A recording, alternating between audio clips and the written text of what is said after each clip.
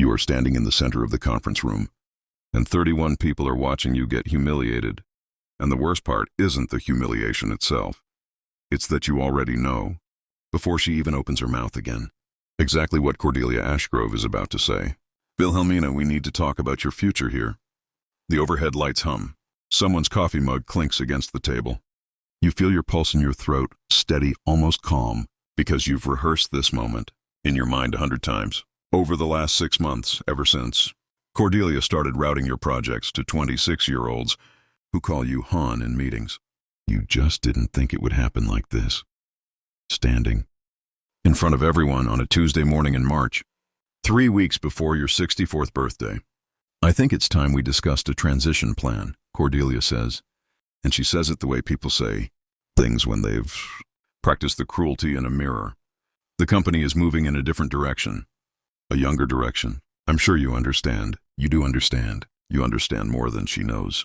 You just don't say it yet. 6 years ago, you sat in a hospital hallway holding a paper cup of vending machine coffee, watching doctors move in and out of a room where your husband Alaric was dying of a heart that had quietly been failing him for longer than either of you realized. You were 57 years old.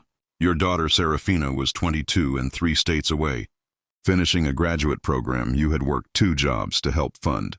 And in that hallway, under fluorescent lights that made everyone look like ghosts before their time, Alaric Thorncastle squeezed your hand and told you the paperwork was in the safe deposit box, and that you would understand when the time came. You didn't understand. Not for months. Grief has a way of making even simple instructions feel like a foreign language.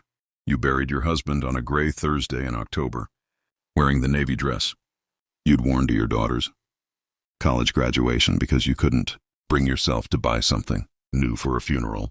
You went back to work 4 days later because the mortgage didn't care that you were grieving, and the health insurance you needed didn't come free. That's when you started at Fenwick and Ashgrove Marketing Group as a senior administrative coordinator, a job title that meant you did the work of 3 people for the salary of 1, but a job that came with dental and a 401k match and, crucially, stability. You needed stability the way a drowning person needs air. So you took it. You put your head down. You worked. You didn't tell anyone at the office that the modest brick building they leased their office space in, the one with the temperamental elevator and the rooftop garden, nobody used, belonged, through a trust established by your late husband's decades of quiet real estate investment to you. You didn't tell them because it never came up. You didn't tell them because you didn't need them to see you differently. You wanted, for once in your life, to be seen for your work, not your money, not your late husband's foresight, not anything except the fact that you showed up every day and did the job well. For 6 years, that's exactly what happened. You were good at your job. You were, by every measurable standard, indispensable. The person who remembered every client's birthday, who caught the invoicing error that would have cost the firm $80,000, who trained 4 different junior hires because nobody else had the patience. And then Cordelia Ashgrove became senior vice president. Cordelia was 39 when she got the promotion, and she wore her ambition the way some people wear perfume. You could smell it from across the room, and it made your eyes water. She was the niece of one of the firm's founding partners, which nobody said out loud, but everybody knew. And she had a habit of using the phrase fresh energy in every single meeting, usually while looking directly at you. You told yourself it was nothing personal. You told yourself that a woman clawing her way up in an industry that didn't take women over 50 seriously either was just protecting her own position, the only way she knew how, by making sure nobody older, nobody more experienced, nobody who might quietly outshine her, stood too close to the spotlight. You understood fear when you saw it, even dressed up as confidence. Cordelia had inherited her opportunity, not earned it, and some deep, unspoken part of her knew that. Every time she dismissed your suggestions in meetings, every time she assigned your accounts to junior staff for development purposes, you recognized it for what it was. A woman terrified that someone might notice she didn't actually know what she was doing. That doesn't make it hurt less. It just makes it make sense. The signs had been building for months. Your parking space, which you'd had for 6 years, was reassigned for a valued new hire. Your name was quietly removed from the client contact sheet for the Hendricks account, an account you had personally built from nothing. In a meeting in January, you suggested a digital strategy that Cordelia dismissed outright, and then presented almost word for word as her own idea 2 weeks later, to applause. You sat in that meeting and felt something crack quietly inside your chest. The particular grief of being erased while still standing in the room. That night, you sat alone at your kitchen table, the same table where you used to help Serafina with her algebra homework, the same table where Alaric used to read the newspaper every Sunday morning, and you let yourself cry for the first time in years. Not because of the parking space, not because of the stolen idea, because you were 63 years old, and you had done everything right, raised a good daughter, buried a husband with dignity, worked hard, saved carefully, and somehow you still felt like you were one bad meeting away from being told you didn't matter. You thought about Alaric's voice in that hospital hallway. You'll understand when the time comes. You still didn't understand, but you were starting to. The morning of the firing started like any other. You arrived at 7:45, 45 minutes before most of the office, the way you always did because the quiet let you think. You made your coffee in the small kitchen with the view of the rooftop garden. Your rooftop garden? Though nobody knew that. And you reviewed the quarterly report you'd stayed up until midnight perfecting. At 9 a.m., Emmerich Winterborn from HR sent a calendar invite titled simply Team Sync. No agenda. Your stomach knew before your mind caught up. By 9:15, you were standing in the glass-walled conference room, and Cordelia was standing across from you in a blazer the color of dried blood. And 31 of your coworkers were seated around the table with the particular stillness of people who know something bad is about to happen and are grateful it isn't happening to them. "I think it's time we discussed a transition plan," she said. "The company is moving in a different direction. A younger direction. I'm sure you understand." You felt the room's eyes on you like heat. Your friend and colleague of 5 years, Percival Quillfeather, a soft-spoken graphic designer who always brought you tea when you had a headache, looked down at the table, his jaw tight, his hands folded like he was praying for the floor to open.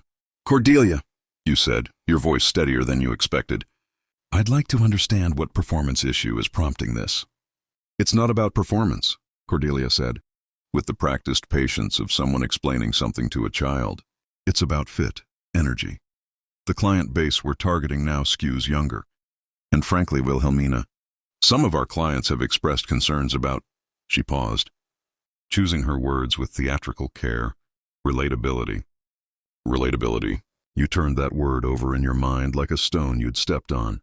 "We'll of course provide a generous severance," she continued, sliding a manila folder across the table toward you, "and a wonderful reference. This isn't personal. It's never personal, you thought, until it's the only thing that is." You looked at the folder. You looked at the room. You looked finally at Cordelia, 39 years old, blazer the color of dried blood, eyes bright with the particular satisfaction of a person who believes they have just won something. And for one terrible honest second, standing there with 31 pairs of eyes on you, you doubted yourself completely. That doubt is the part nobody tells you about, not the anger you expect. It's the doubt that ambushes you. Standing in that conference room, some old, tired voice in the back of your mind. The voice that had been quietly whispering to you since your first gray hair, since the first time a doctor's office receptionist called you sweetheart, in that particular tone reserved for the elderly and the invisible. That voice said, "Maybe she's right. Maybe you are past your usefulness. Maybe 63 is simply too old to matter in a world moving this fast. And maybe the kindest thing left to do is take the folder, take the severance, and go quietly, the way women your age are so often expected to." You thought of Serafina, 28 now, married, expecting her first child in the fall, your first grandchild, and you thought, what if I can't help her the way I want to? What if starting over at 63 isn't starting over at all, but simply ending, slowly, in a smaller and smaller room? For 1 second, standing in front of everyone, you almost apologized. Your mouth almost opened, around the word understood. Your hand almost reached for that folder like a woman reaching for a life raft. That was actually a stone. And then you thought of Alaric's hand in yours in that hospital hallway. You'll understand when the time comes. You understood now. This was the time. "Before I sign anything," you said. And your voice had changed. Not louder, but lower, steadier. The voice you used to use when closing a difficult client. "I think there's something you should know, Cordelia. Something I should have mentioned a long time ago, and didn't because I wanted to be judged on my work, not my circumstances." Cordelia's smile faltered just slightly, the way a smile does when it senses a shift in weather it cannot yet name. "This building," you said, gesturing not dramatically, but simply toward the window, toward the walls, toward the rooftop garden visible above the parking structure across the street, "is owned by the Thorncastle Family Trust. It has been since 2011. I am the sole trustee." The room did not gasp. It did something quieter and more devastating than a gasp. It went completely, utterly silent, the kind of silence that has weight, that presses against your ears. "My late husband, Alaric, spent 30 years quietly acquiring property in this city before anyone else understood its value. This building was the last piece he purchased before he died. Fenwick and Ashgrove's lease is up for renewal in 4 months. I have until this morning fully intended to renew it." Cordelia's face had gone the color of paper. That's not possible. Building records show a holding company," you said gently, "because there was no need for cruelty, not yet, not when the truth was already doing all the work. Thorncastle Property Holdings, LLC. I imagine your legal team never thought to ask who stood behind the initials." Emmerich Winterbourne, who had said nothing this entire meeting, slowly set down his pen. Percival Quillfeather looked up from the table for the first time, and you saw something in his face that made your throat tighten. Not shock, but relief. The specific relief of someone who has quietly hoped, for months, that the universe still had some justice left in it. Across the table, a junior associate named Persimmon Waverley, 24 years old. The very fresh energy Cordelia had so often praised, whispered, just loud enough to carry. "Oh my God." Cordelia stood very still, her manila folder of severance papers now looking in her hands like exactly what it was, a piece of paper with no power behind it at all. "I don't understand," she said, and for the first time since you'd known her, she sounded genuinely young, genuinely lost, the ambition stripped briefly away to reveal something more human underneath, fear. "I know," you said. "That's rather the point of what we were just discussing. Relatability." You want to say the silence lasted a long time, but it didn't. It lasted maybe 4 seconds, which is a very long time when 31 people are holding their breath at once. And then it broke, the way tension always breaks eventually, into a low murmur that spread around the table like water finding the low ground. "I'm not here to threaten anyone's employment," you continued. And you meant it because Vindication, you were discovering in real time, tasted better without cruelty attached to it. "I'm not going to evict this company or raise the rent out of spite. I built too much of my career here to want to see it burn down out of pride. But I think, Cordelia, we do need to discuss a transition plan. Just perhaps not the one you had in mind." Cordelia sat down. Not dramatically, she simply seemed to lose the structural integrity required to remain standing, the way a building does when its foundation is finally, publicly revealed to be unsound. "The severance," you added, glancing at the folder still sitting between you, "I won't be needing. But I do think it would be appropriate for the firm to conduct a review of hiring and promotion practices, particularly as they relate to age. I'd hate for anyone else to sit in this chair someday and hear the word relatability used as a reason to erase 30 years of experience." You looked briefly at Emmerich, who was already nodding, already reaching for his notepad. Already, you could see it in his face, recalculating every performance review he'd rubber-stamped over the last year without asking enough questions. Here is what nobody tells you about Vindication.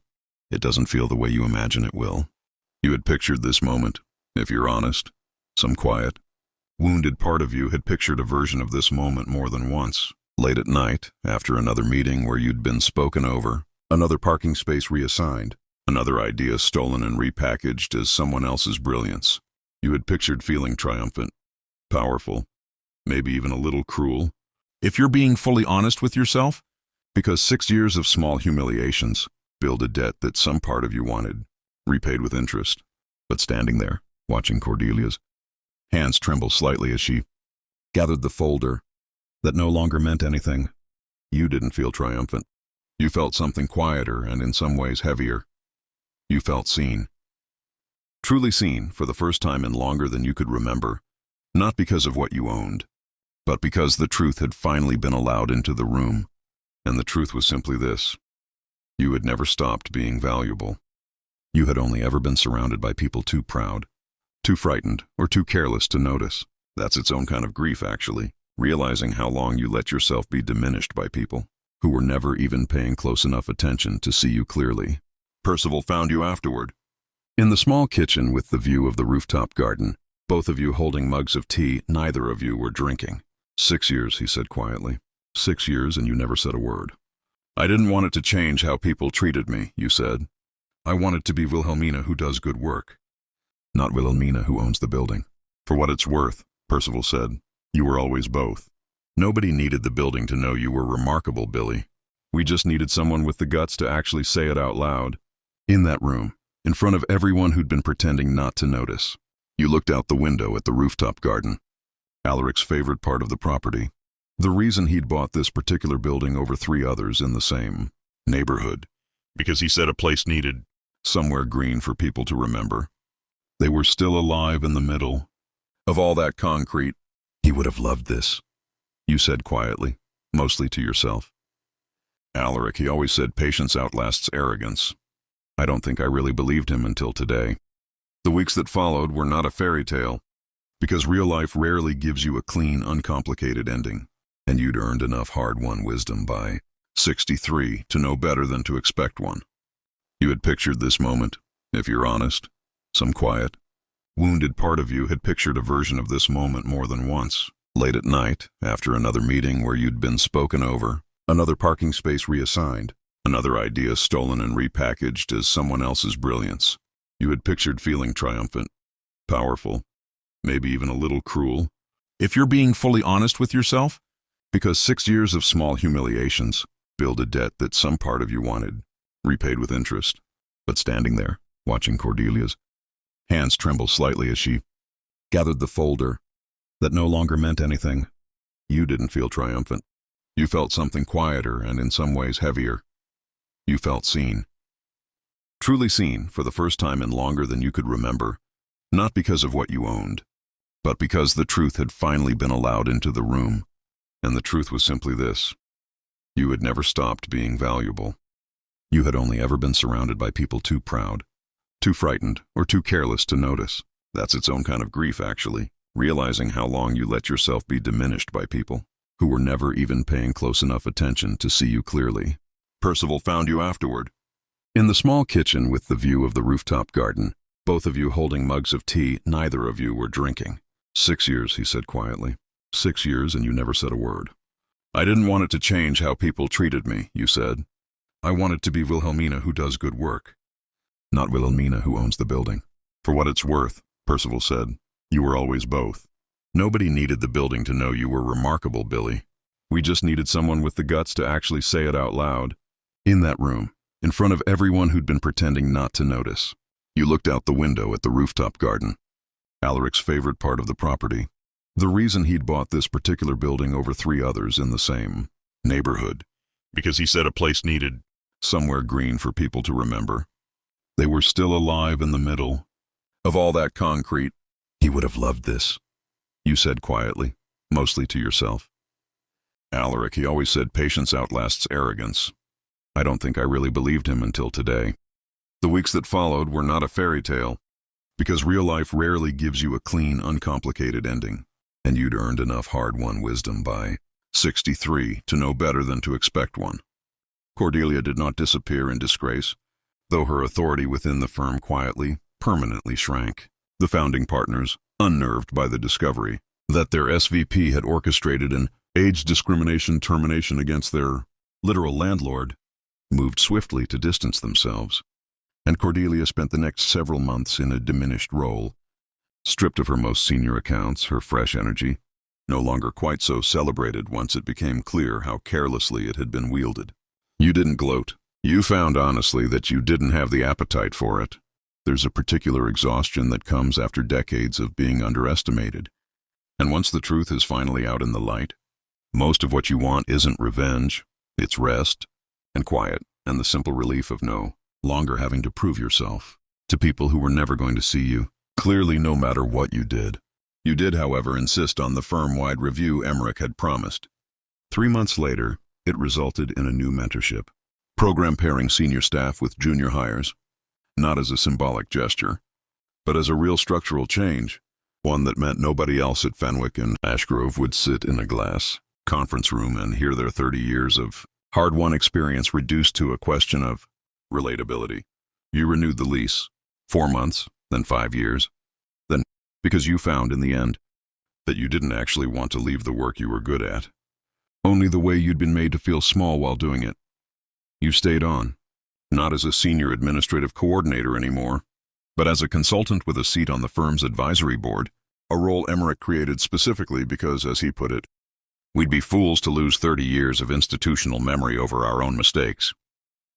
Your daughter, Serafina, had her son in October. You named him, at her insistence in part after his grandfather, so his middle name became Alaric, and you held him in the same rocking chair you'd held Serafina in 28 years earlier, in a small apartment that felt, at the time, like the entire limit of what your life could hold. You think some nights, holding your grandson, about the version of you that stood in that hospital hallway 6 years ago, holding a paper cup of bad coffee, terrified of a future she couldn't yet see the shape of. You wish you could tell her what you know now, that grief doesn't disappear, but it does eventually make room for other things, that being underestimated by people who don't know your worth says everything about their limitations and nothing about yours. That 63 is not an ending, and neither is 68, or 73, or any age at all. So long as you refuse to let someone else's narrow definition of usefulness decide your value for you, you think about all the women who don't get the chance you got, who don't happen to own the building, who don't have a folder full of paperwork tucked away in a safe deposit box that finally, dramatically sets the record straight. You know, most people don't get a moment like that. Most people just have to carry the quiet, unglamorous knowledge of their own worth and keep walking anyway, without the vindication, without the room going silent, without anyone ever fully understanding what they endured. That's why, when Emmerich asked you to speak at the firm's first mentorship kickoff the following spring, you said yes. You stood in front of a room again. Not a glass conference room this time, but a modest auditorium full of employees ranging from 22 to 70. And you didn't talk about the building, or the trust, or the lease. You talked about the 6 years before that morning, the parking space, the stolen idea, the quiet cumulative weight of being made to feel invisible by people too, insecure to recognize what they were standing next to. I want you to understand something, you told them, your voice carrying easily now, without a single tremor of doubt in it. Being underestimated is not a reflection of your worth. It's a reflection of someone else's limitations. The people who dismiss you, because of your age, because of what you've lost, because of how long you've been quietly showing up and doing the work without applause. They are not seeing you clearly. That is their failure of vision, not your failure of value. Sometimes, late in the evening, you sit on the rooftop garden, your rooftop garden, the one Alaric loved, the one that survives every season a little more beautifully than the last, and you think about that morning in the conference room, about the second you almost reached for that folder, about the version of you that almost believed she was finished. You're glad now that you didn't sign anything that day. Not because of the building, though the building certainly made the moment more theatrical than most people's stories of quiet vindication ever get to be. You're glad because you didn't let the loudest voice in the room, a young woman's fear dressed up as confidence, become the last word on your worth. You think about all the people watching this story now who are standing in their own version of that conference room. The single father working twice as hard to be taken half as seriously. The retiree told gently or not so gently that their decades of experience are somehow a liability now. The person starting completely over in their 50s, 60s, 70s, wondering if it's too late, if they've already missed their chance to matter. It isn't too late. It was never too late. You are proof, standing on a rooftop, garden your husband planted with more foresight than anyone gave him credit for, that the people who try to make you feel small are very often standing on ground they don't fully understand. And one day, the truth has a way of coming up through the floor, right beneath their feet, exactly when they least expect it. You raise your mug of tea, not champagne, never champagne. That was never really the point. Toward the city skyline, toward the office lights still burning in the building below you, toward every person who has ever been told they were too old, too slow, too far past their prime to matter. You were never past anything. You were simply waiting for the room to catch up. They tried to make me feel small. They just didn't know. I was standing on solid ground the whole time.